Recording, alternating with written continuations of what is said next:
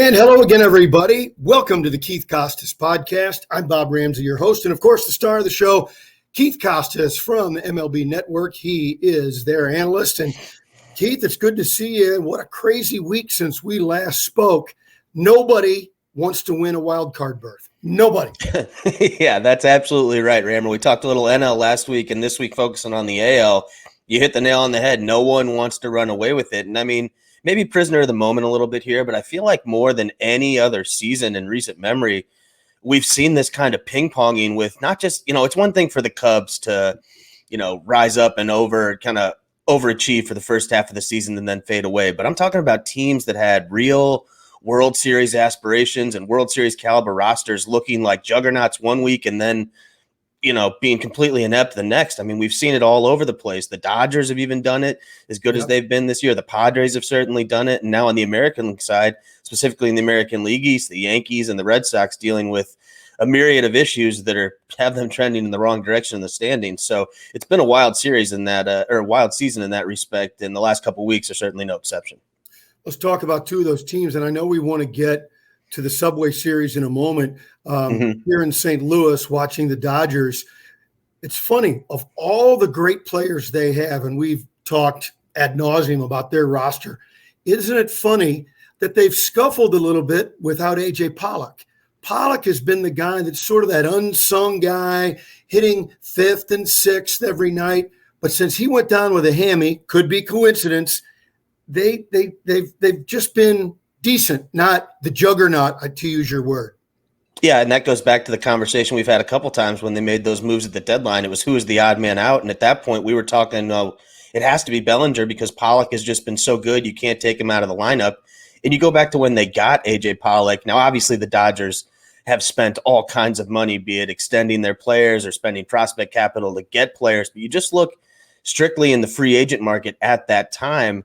The deal that they gave to Pollock, it wasn't a monster deal, but by Andrew Friedman's standards, that was the biggest free agent deal he's ever given out to a position player, Tampa or Los Angeles. So that just kind of tells you about the way they go about evaluating players, and something about Pollock piqued their interest that they kind of went outside of the box in terms of how they usually stack their roster up on the position player side, and they identified him as a guy that could really help, and he's come through in a major way this season before the hamstring injury, like you mentioned. But he's been one of the better hitters in the league in the second half. And you mentioned Pollock. Chris Taylor's another guy who all year has kind of helped drive that train for them that doesn't have the star power. So yeah, we can talk about the Betts and the Turner addition and obviously the pitching that they have. And if Bellinger ever gets it back on track, what a bonus to have a former MVP like that at the bottom of the lineup or even off the bench. But yeah, it does seem that the Pollocks and the Chris Taylors of the world are still kind of the straw that stirs the drink out there, or at least separates them from a 90-95, typical first place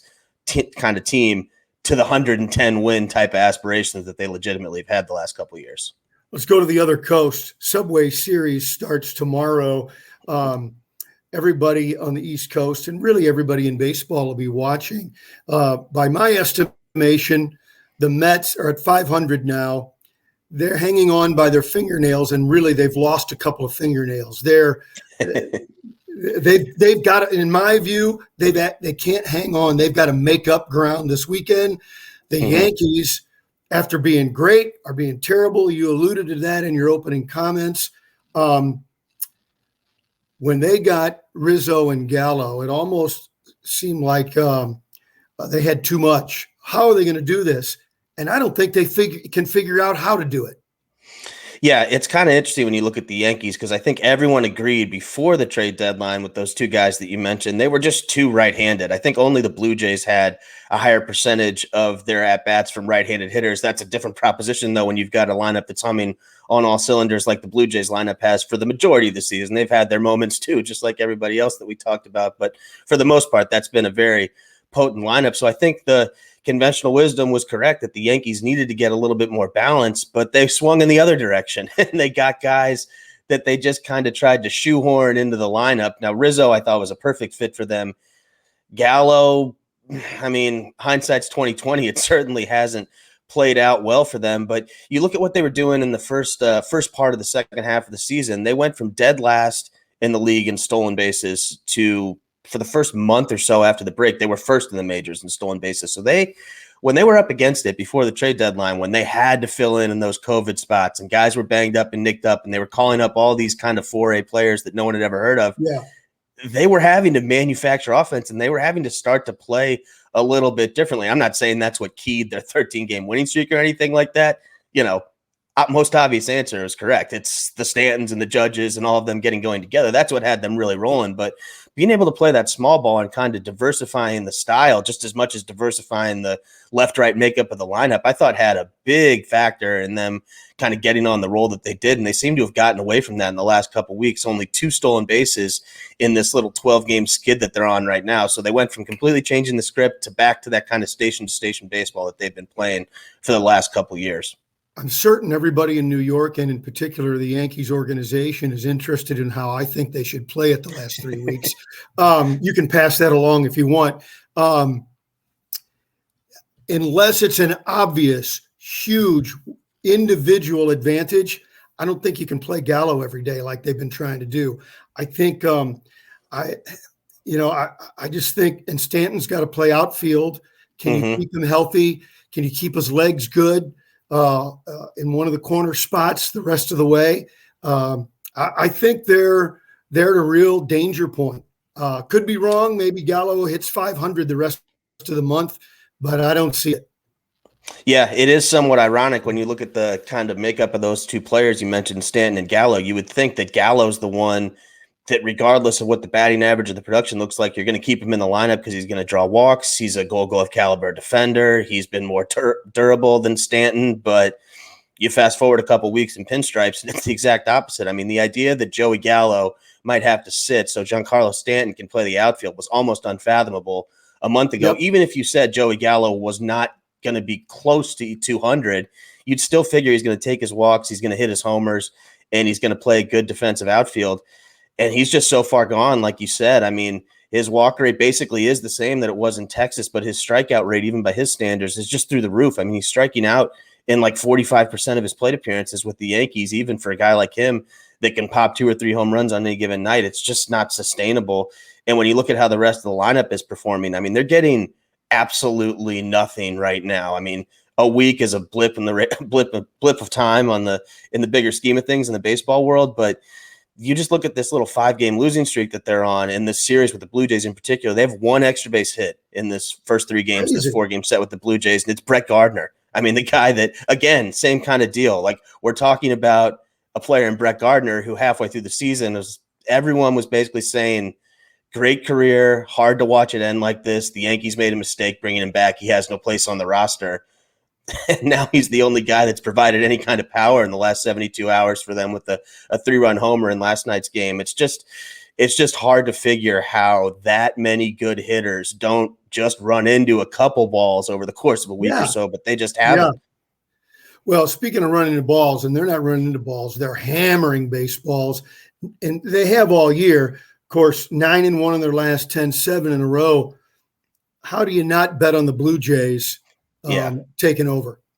Yeah, especially with the way it's playing out with them going head-to-head and having a chance to just directly overtake the Yankees in this 4-game set. I mean, you watch the post-game show up here in New York of the Yankees game last night, and it was a big-time game. I mean, the thought that they could have at least given themselves the breathing room to say that we're going to get out of this series with at least a 1.5 cushion over the Blue Jays, and now they go into this last game with a chance for Toronto to cut it to just a half game for that second wild card spot if they can complete the sweep. That's a tough little bit of karma for the Yankees, or a positive bit of karma, I guess, for the Blue Jays when you look at just the head-to-head matchups there. And you said it. I mean, we've talked all year about the MVP race, and Ohtani's running away with the thing. Obviously, it's the same as when he won Rookie of the Year. I mean, Miguel Andujar might have had a better season that year, but it's just so unprecedented what he's done that it doesn't matter if Vlad Guerrero's had a better season at the plate. Ohtani's obviously the MVP. But that said, Vlad he's got a chance to really put the team on his back here down the stretch. He's still swinging it as well as anybody. Had a big home run last night that was just absolutely pulverized. So, yeah, the Blue Jays are about as scary of a team as you could run into right now. I mean, Marcus Simeon's having an MVP caliber year. They've got guys up. Yeah, Simeon, if you like the Brandon Crawfords of the world in the National League, you must love Simeon in the American League. That seems like a Rammer kind of player, and he's having a hell of a year. Will be interesting to see what happens with him having changed positions if someone wants to sign him to play shortstop in the offseason, if he sticks at second, that's a conversation for another day. But yeah, that Blue Jays team is locked and loaded, and I don't think anybody wants to see them down the stretch, especially with those two teams in their own division not being able to maintain the way they played the first 80% of the season or so with Boston and New York. You being located in New York, I don't want to make the area even more depressed. I would, if I had a bookie, I would maybe call him. Wouldn't it be interesting, maybe even fun, depending on your zip code, if the Blue Jays and the Mariners were your two wild card teams? That would be fantastic. And I'm glad you brought up Seattle. I would have forgotten to bring them up probably, but they're right there. And it's the longest postseason drought in North American team sports right now. You got to go all the way back to 2001 when they had those 116 wins and couldn't get over the hump in the postseason to the last time they played into October. And I think we've just become accustomed, looking at the roster. It's not as talented of a roster, but here they are. They're still right in the mix. B, you look at what they did at the trade deadline. I mean, they basically the whole team has been based around one-run games this year for Seattle. They've killed it in these close games, and they trade away their closer, and they had a mini mutiny on their hands. So, I mean, you're sitting there thinking that, they're kind of an afterthought. They'll fade away, but they've been in this spot before, and they've always kind of faded before this kind of 3-week left point in the season. They've made it maybe to mid-August or late August or on a handful of occasions into deep September with at least a mathematical chance of making the postseason, but it just feels like they've played steadier and hung around more this year as opposed to overachieved in past years and then kind of come back to the pack. They've done the opposite of what we were talking about before. They've just hung around, and all these other teams have come back to them, and we'll see how it plays out these last few weeks. So give me, going back to being New York centric, and give us in flyover country what we think about this. What's the feel in New York about the Subway Series in particular? Well, I think you just look at the last couple of weeks, like we talked about, they're obviously trending in the wrong direction. If you asked me 48 hours ago, I would have said the Yankees are plummeting, which they still are, and the Mets are at least keeping their hopes alive. They'd won, I think it was 7-9, but these last couple of days, a couple really brutal walk-off losses down in Miami. And I know we got into the schedule a little bit last week and kind of talked about how that can be a fool's errand and trying to stack up strength of schedule. Right. That said, these Marlins games are the last games. They have one more series against the Marlins, the Mets, that is. But other than that, they're playing all contenders the rest of the way. So they could not afford to lose this series, let alone, pick up a couple losses in crippling fashion. So the Mets are coming in limping a little bit too, but yeah, I think that the tone up here in New York is kind of what it always is with the Subway Series. It's a big brother, little brother thing, and I think Yankee fans are looking at this and saying, "All right, it's time to put a stop to this. If we're gonna hold on to these playoff chances, it starts this weekend. And what better way than to beat up on the little brother who's also kind of reeling a little bit right now?" So I think that's always sort of the tone of the Subway Series, but it has much broader implications beyond just the bragging rights in the stands this time, which is not always the case. One quick note on the National League wildcard standings. The Cardinals and the Reds play this weekend, and everybody wants to call it a showdown. Unless one of the other sweeps, it probably doesn't make or break. Somebody will win two. If somebody sweeps, okay, now it's a different discussion.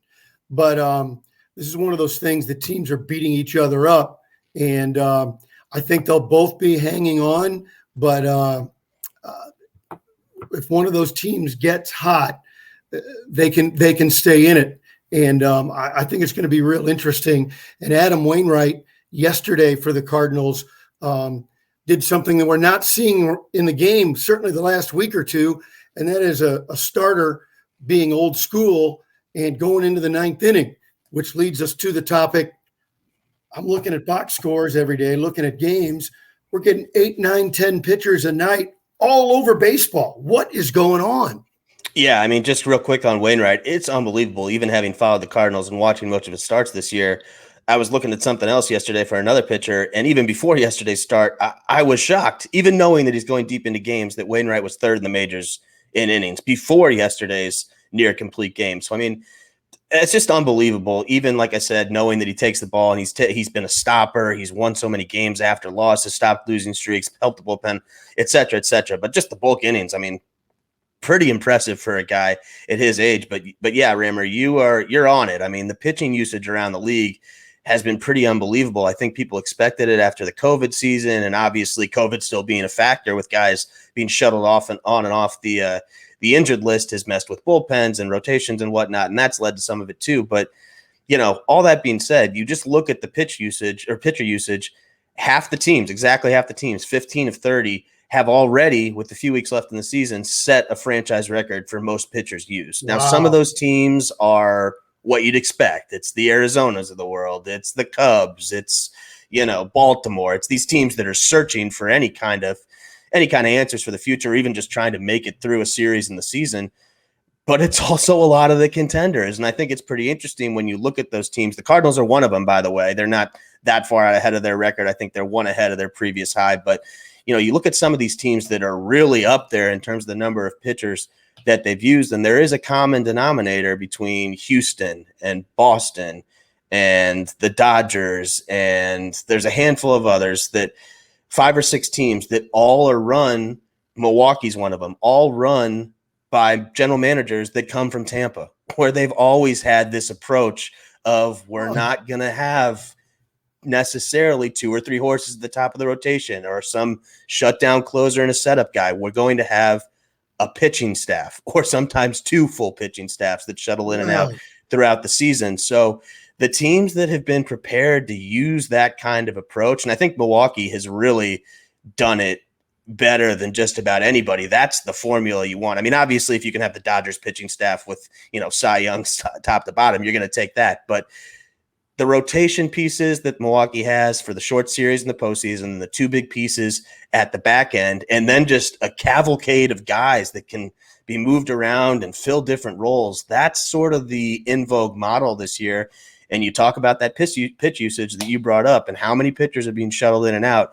I think those teams that kind of took that Tampa approach coming into the year, that, hey, we can set our 26-man roster for opening day, but we better have twice as many pitchers as we start the season with to get through this thing effectively. Not to mention the depth pieces that you need along the way as injuries come up or whatever extenuating circumstances with the pandemic or whatnot come up, those spot starters, those spot relievers. You need guys that might not start the season on your roster that could be impact pieces in the postseason. And that's kind of the way that pitching has trended the last couple of years. And I think that the teams that were prepared to attack it that way coming off of the COVID year have been well served. That is amazing stuff. And we'll see how it goes in the rest of September. And when the winners get into October, how much they use that formula when it's on the line. That'll be interesting too. Let's talk about, before we run out of time, let's talk about the Hall of Fame ceremony yesterday. It was terrific, I thought, in broad terms, really terrific. If I may begin, sure, because I was a young fan when Marvin Miller made his mark on Major League Baseball. And I'll be honest, as a kid, I didn't like him. Why? Because they weren't playing games and they were talking about strikes all the time. And but then as I got older and understood what was at stake and learned about it, I just don't know how you can't admire Marvin Miller, not just with baseball, his whole career, and then him actually be willing to take on, in its infancy, a player union and making it strong for its members. Just really an amazing career and an impact on an industry. Yeah, I totally agree. And you listen to the speech that Don Fear gave yesterday.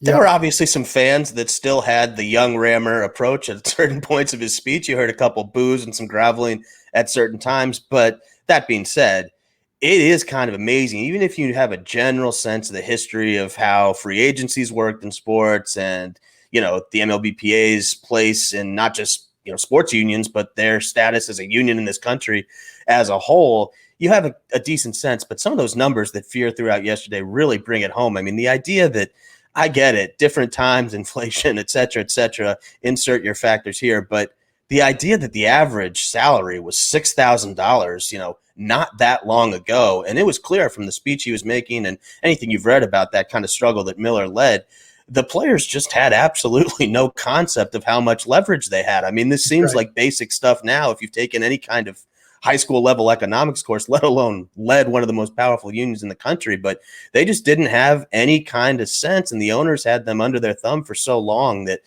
it was just, it can't be overstated, Marvin Miller's importance in the game. And I think that came through yesterday in the speech. Yeah, and the other two guys, both with Cardinal ties, one of the highlights of my career, broadcasting the Cardinals game when the Cardinals traded for Larry Walker from the Colorado Rockies. He'd always been one of my favorites. Just loved the guy going back to his Montreal days.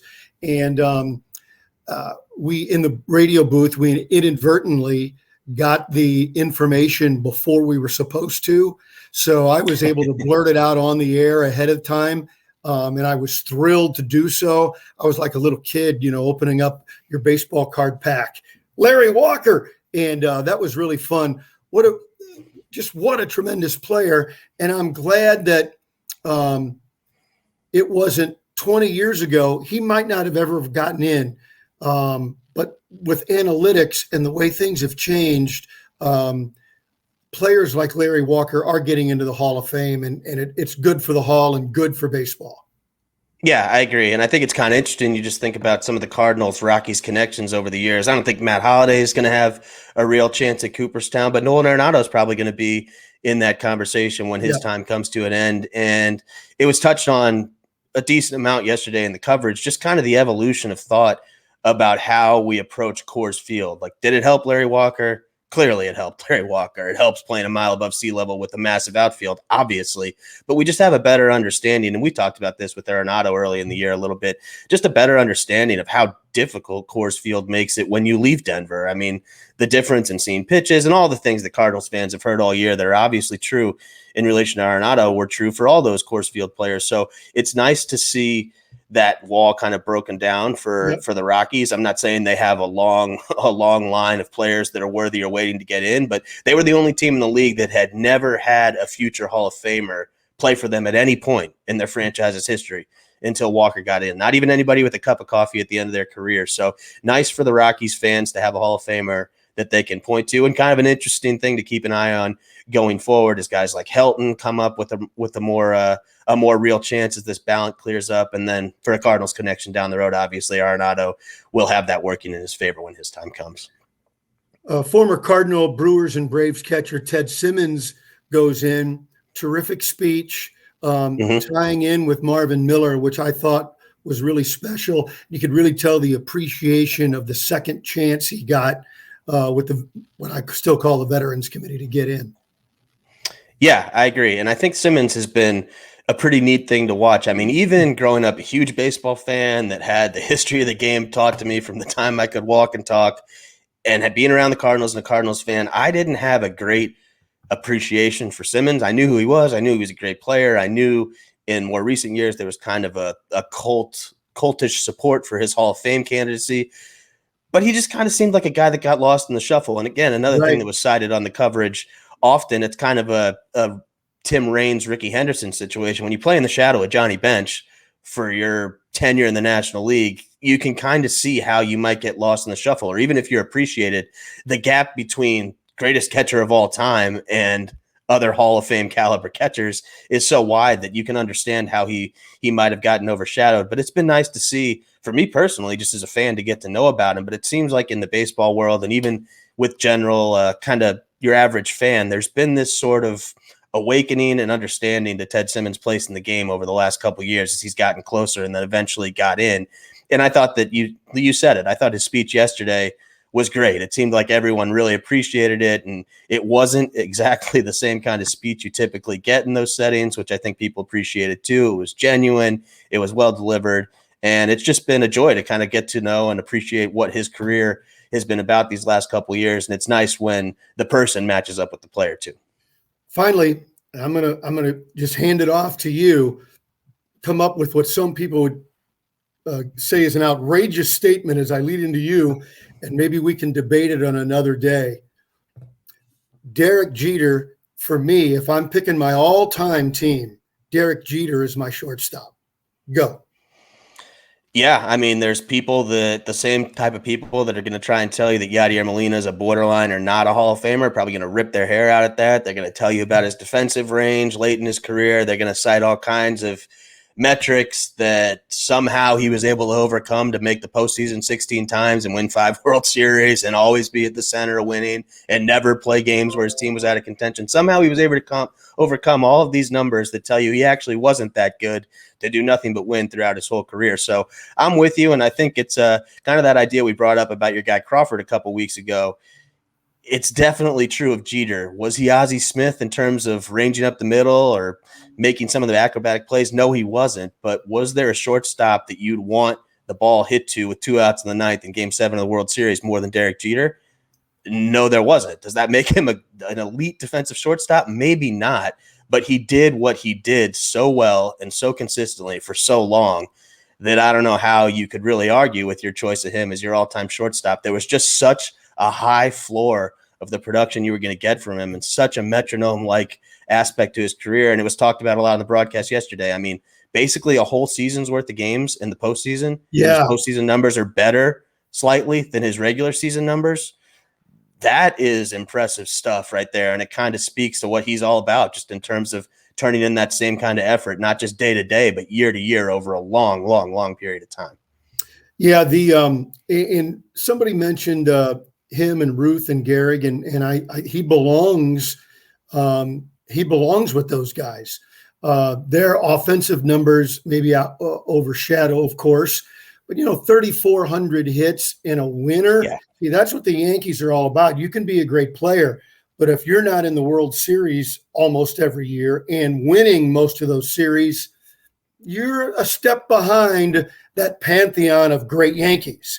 That's the standard for the New York Yankees, winning world championships. Yeah, I totally agree with you. That has to be right up at the top, and he's got 5 of them. And like I said, those 16 appearances in it basically every single year. And by the way, people like to act like the bulk of his resume was built in the late 90s and early 2000s. And obviously those were the high points of his career in terms of winning titles. But go back and look at his Baseball Reference page. He put together, did he have some down years late in his career? Yeah, he did. But he put together not nice years. He put together some monster years offensively towards the end of his career. I think second or third to last season in the league, he led the majors in hits, had some years where he hit way over, I'm not talking 305, 310, like 330 batting averages late into his career. And people look at, I love the numbers too, but as the sort of analytics age took over and it was an OPS world and everything was about power and getting on base, people, scoffed at batting average. Is it nice to have a David Ortiz with a 400 on base percentage, 600 slugging percentage? Sure. But it's not like hitting 335 with not a lot of walks and not a ton of homers and doubles and singles all over the place is a bad thing either. And Derek Jeter was doing that basically his whole career. Truly, truly marvelous. So this weekend, the Subway Series, tell me about what's coming up on MLB Network. Yeah, Subway Series, and then we just kind of stay flexible these last couple of weeks of the season. Don't try and put too much in concrete on the schedule so we can kind of adjust and follow these races as they play out. So Subway Series is one you can definitely put on the books for tomorrow night, and we'll have a couple of those games over the weekend as well. And then rest of the season, just kind of hang on and follow these pennant races, and we'll have MLB Tonight and some past 3 games and live games and the whole gamut. If it's relevant to the pennant race, you can probably find it in one form or another on MLB Network. Well, next week when we reconvene, it'll be interesting. My guess is there might not be a lot of changes. There might be. Somebody could skyrocket and somebody drop off. The likelihood is it's just a grind of a mess and everybody's scrambling to survive. We'll find out next week. If we've learned anything here, the only guarantee is the Mariners will somehow still be in the thick of it. That tells you how upside down the world is. Keith, great to talk to you. Have a great weekend, and we'll talk to you next week. That's Keith Costas. I'm Bob Ramsey on the Keith Costas Podcast.